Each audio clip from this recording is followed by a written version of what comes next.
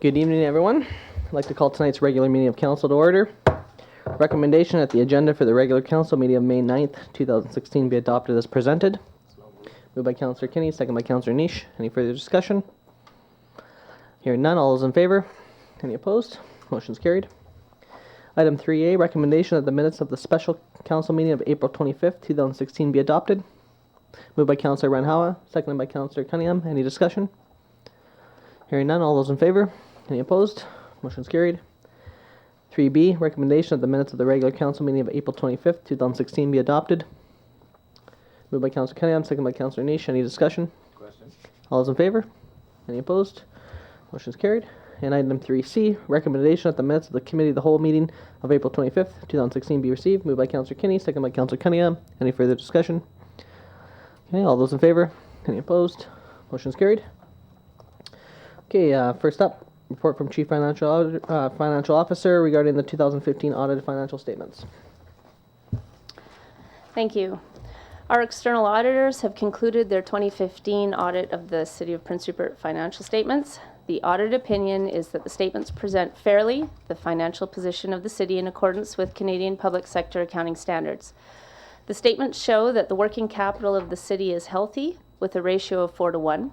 A good working capital ratio is defined as 2:1 and is a sign of liquidity for the purposes of meeting obligations. The city's debt load decreased by $2.9 million. This is mainly a result of the retirement of debenture debt at the 10-year anniversary date. The debt retired was in relation to the museum and Atlan Uplands loans obtained in 2005. The retirement of debt is a positive thing given it eliminates debt servicing costs. The city added to its assets largely in three areas last year. Approximately $4 million was expended on the Cow Bay Marina. Approximately 90% of this was funded through grants. The active landfill cell was expanded at a cost of over $1 million, funded 100% through grants. The road paving and Fraser Street reconstruction was funded 100% through dividends and grants.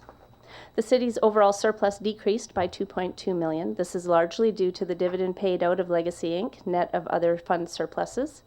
With respect to the city's operating funds, the general fund ended the year with a $173,000 deficit. This was in large part due to a $100,000 overage on the ferry refit as a result of delays requiring the unforeseen extension of substitute service and the impact of the change in the exchange rate. Overall, the operating departments operated closely within budget. The utility funds ended the year with modest surpluses, mainly due to incomplete projects by year-end, which will be finished in 2016. On a final note, the auditors provided their management letter stating that the internal controls of the city continue to be strong and that there were no issues that need to be reported to Mayor and Council. Recommendation that council receive the City of Prince Rupert 2015 audited financial statements. Moved by Councillor Niche, second by Councillor Cunningham. Any further discussion? Councillor Thorkildson? Yeah, thank you very much for your report, Ms. Bauman. I was wondering if you could explain, and I'm sure there's some for some reason that I'm not understanding this, but if we go to page 44 on the balance sheet for Prince Rupert Legacy, so on page 44 of the council package, and compare that to page 37 of the council package, which is 22 out of 24. It's schedule 8.1. What it is, it's the budget variance report. Oh, okay, now I was just wondering, we have $2,752,000 that were, $2,752,000 that was a shareholder loan, and I was wondering, and dividend that of a negative dividend, and I'm sure those two amounts are related. But then when we look at the budget variance report, I only see $2,500,000. Sorry, $2,500,000. That was in the budget, but 1.861 million that we actually spent. And so I just trying to figure out how, if you can tell me now, or would you like to tell me later, and how how those, I just don't understand how those two fit. I'm sorry, where did you see the 2.5? Sorry, the 2.5 is the injection for economic growth, Prince Rupert Legacy, and I'm looking at Schedule 8.1. And it's under the first line item under property taxes. The next line item is injection for economic growth, Prince Rupert Legacy, 1.3 million. And then 2 down is capital works funding from Prince Rupert Legacy, 1.2 million. Yes, so the 1.2 million was basically for capital works, right? Was about over $1 million was for road paving, and actually about another couple $100,000 was also for the sidewalks. So the $1.3 million was the planning for major projects part of the budget. So $2.5 million. Back at page 44, in reference to the legacy incomes, the legacy balance sheet, the shareholder's loan, it's actually a payable to the shareholder, which is actually the dividend of 2.75. So recognized the declared and recognized the dividend at year end for payment to the city, in basically covering the injection for economic growth, which was the planning for major projects. Also includes the sidewalks and the road paving, and it also allocated some money towards the dismantling of Watson Island. Right, so the dividend being paid is 2.75 million, which is to cover the shareholder loan, which is slightly more. I'm not worried about that. What I am looking at is that we had a budget of 2.5 million, but we had actual expenditures in 2015 of 1.861 million. And I was just wondering what we did, because it was 890 under the actuals and 971. Yes, and we didn't know exactly how much Watson Island dismantling was going to cost, right? And so as we started incurring those, because we didn't actually realize that we were going to be doing it right away when we were doing budgeting. So once it actually started happening, we recognized that those singular costs we don't want to download onto the taxpayer. And so at year end, we allocated, we dividended out enough to be able to cover the costs of dismantling, given the fact that we had underspent what our budget was for planning for major projects and even the capital projects for sidewalks. So I was just wondering where that extra amount showed on the income sheet.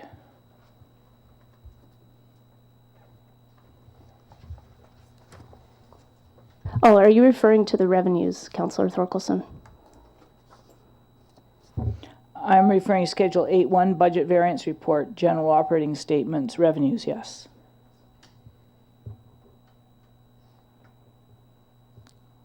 So was it just included in the revenues above?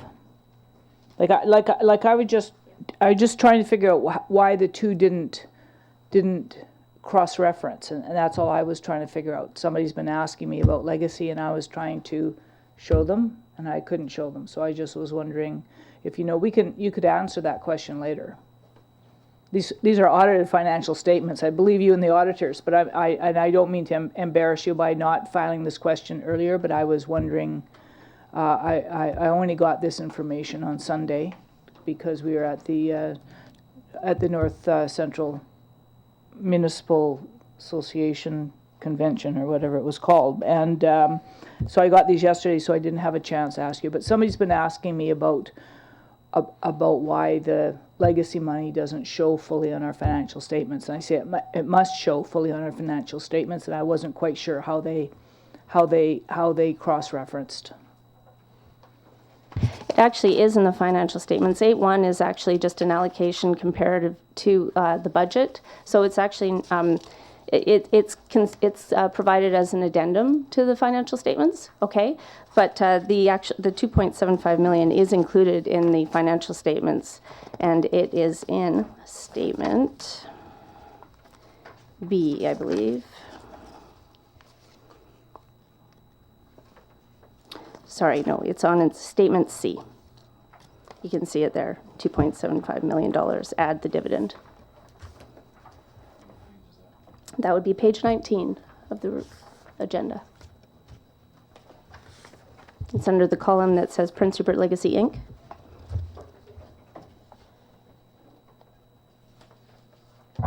I see that. So the reason that this, could you just clarify that? I'm really not trying to grill you, I understand that, I'm just wondering why. Is it just because it is running against the budget that it doesn't show that income that way, or is it, do you have know why the financial statements are drawn up like that? I'll have to look exactly where it was allocated, the rest of it. I do see that the 890,000 and the 971, and I can only assume that the rest of it is actually in the one line that says Watson Island there, but without actually having my program up to be able to see where it's all allocated. But I can assure you that it's definitely all still in there.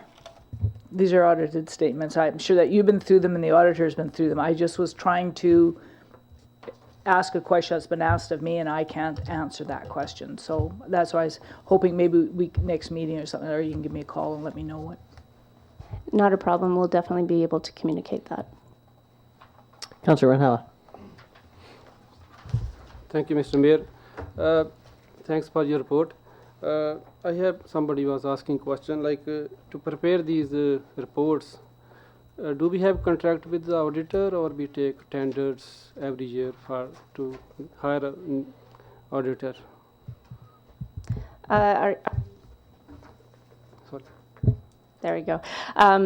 We haven't done a tender in the last few years. Every year after we approve the financial statements, then typically council just goes ahead and actually appoints the auditor. However, tenders can be done every so often. Councillor Morrow.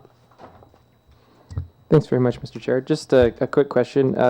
In general, I mean, there's no major variances that we can see, but the one that and if there are, it's usually in the municipality's favor. But the one question I had just on the consolidated statement of our financial position is our receivables. It's really positive to see are substantially down, and I'm just wondering if that's in relation to the payment we received for the option agreement on Lot 444. That is exactly right. Further questions?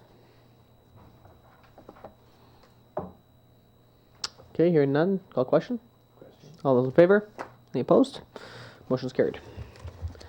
Okay, moving on to 7A, a letter from Joanne Finley regarding a BC poverty reduction plan.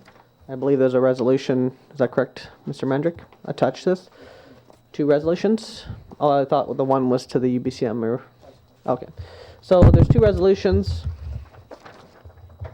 Just going to flip to those first.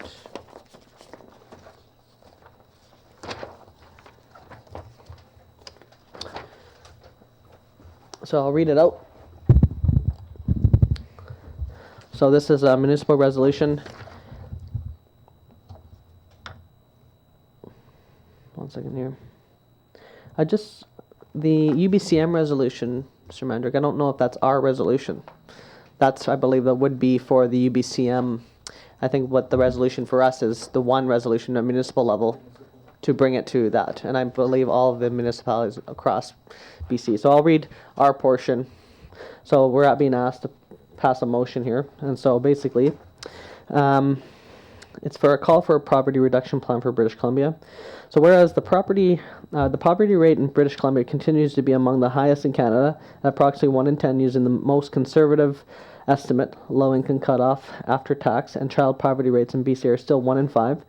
2, many impacts of poverty are experienced at the local level, and local residents pay for poverty and increased healthcare costs, higher crime, higher demand for community, social, and charitable services, lack of school readiness, reduced school success, and lower economic productivity. 3, 78% of British Columbians want the provincial government to implement a poverty reduction plan. And 4, BC is the last province in Canada to have a commitment to a poverty reduction plan. So therefore, be it resolved that this council, Prince Rupert City Council, advocate to the provincial government to develop and implement provincial poverty reduction strategy to reduce the number of people living in poverty in BC by setting concrete targets and timelines to reduce poverty. Be it further resolved that this Prince Rupert City Council submit the attached resolution to the Union of British Columbia Municipalities before June 30th, 2016, urging the government of BC to adopt a comprehensive and accountable provincial poverty reduction strategy to reduce the number of people living in poverty in BC by setting concrete targets and timelines to reduce poverty. So that's a resolution. So we can have a mover and second. Moved by Councillor Moreau, seconded by Councillor Ranhawa. Any further discussion on this?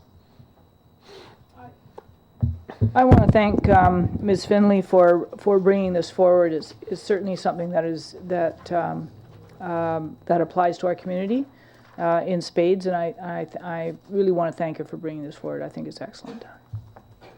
Further discussion? Okay, all those in favor? Any opposed? Motion's carried.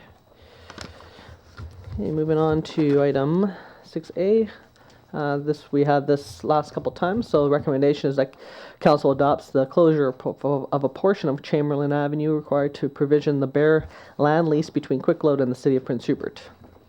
Moved by Councillor Niche, second by Councillor Ranhawa. Any further discussion? Okay, all those in favor? Any opposed? Motion's carried. And B, recommendation that Council adopts the road closure and removal of road dedication bylaw number 3371, 2015, Park Avenue and Five Corners. Moved by Councillor Niche, second by Councillor Cunningham. Any further discussion? Okay, all those in favor? Any opposed? Motion's carried. Okay, moving on to Housing Committee. Nothing to report from my last report last time. And I will just quickly mention too that Councillor Cunningham, Niche, myself, and Councillor Thorkelson, as well as the city manager, were just in Dawson Creek at the North Central Local Government Association conference. Networked with many local communities, went through many different resolutions in the north that will be brought to the UBCM, and had an opportunity to meet with Minister Rustad and Minister Bernier while we were there as well, and it was a successful event. Just wanted to report out that we had all gone and networked with our local neighbors. And that's my report. Any other reports from council? Okay, hearing none, I entertain a motion to adjourn. Moved by Councillor Cunningham, second by Councillor Niche. All those in favor? Meeting's adjourned.